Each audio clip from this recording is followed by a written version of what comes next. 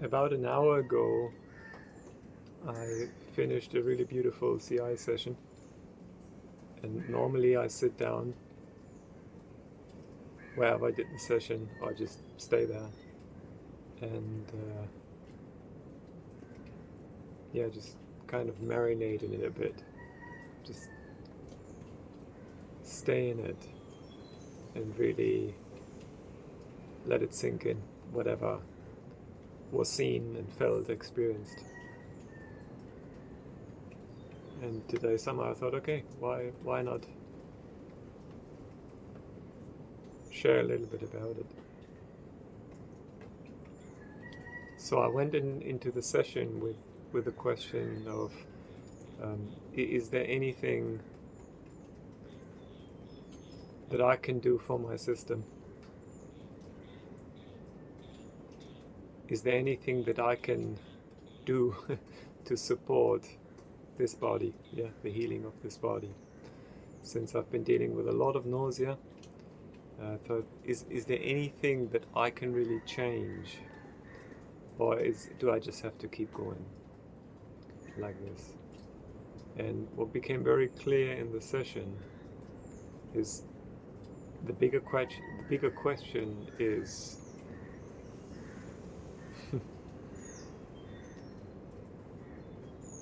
what does doing everything with love and devotion actually look like?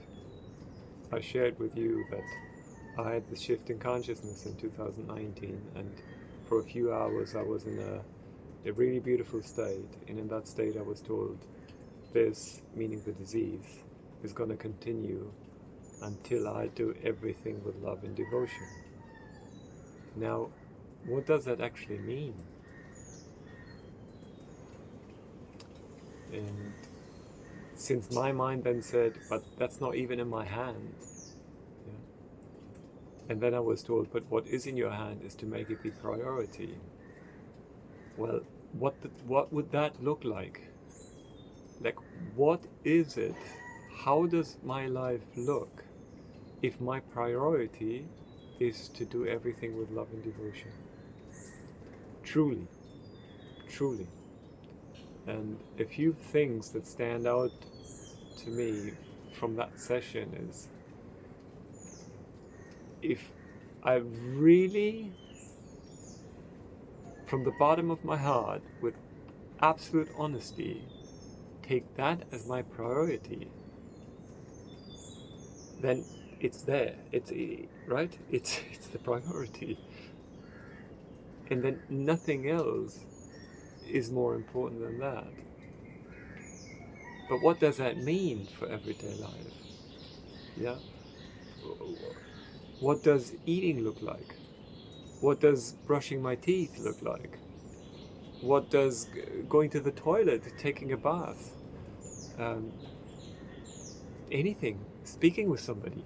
What do all these things really look like? And do they even look like any particular way?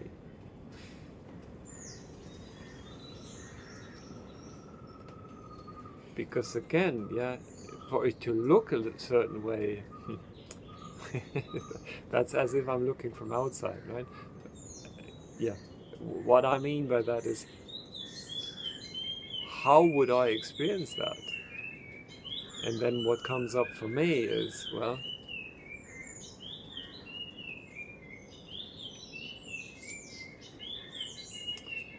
it's two things. It's going through my pool of experiences, of, for example, eating in the possibly most conscious way. But then what also comes to mind is these experiences of me, and normally it didn't happen in meditation sessions. Normally I had these experiences out of nowhere, where there was a gap in time, so to say, where there was no next thing to do, me just looking out into the garden, for example, and there's nothing next. And then suddenly feeling as if I'm standing right on a cliff. And one more step and I, as I know myself, am gone. And then mine kicks in and goes like, brrrr, right? And then in hindsight, it's like, what on earth was that? So why I'm mentioning that is, if Robert, the way I know myself,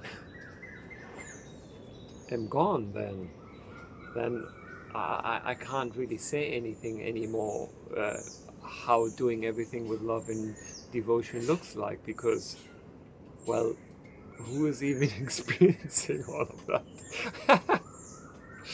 So yeah, it was just a very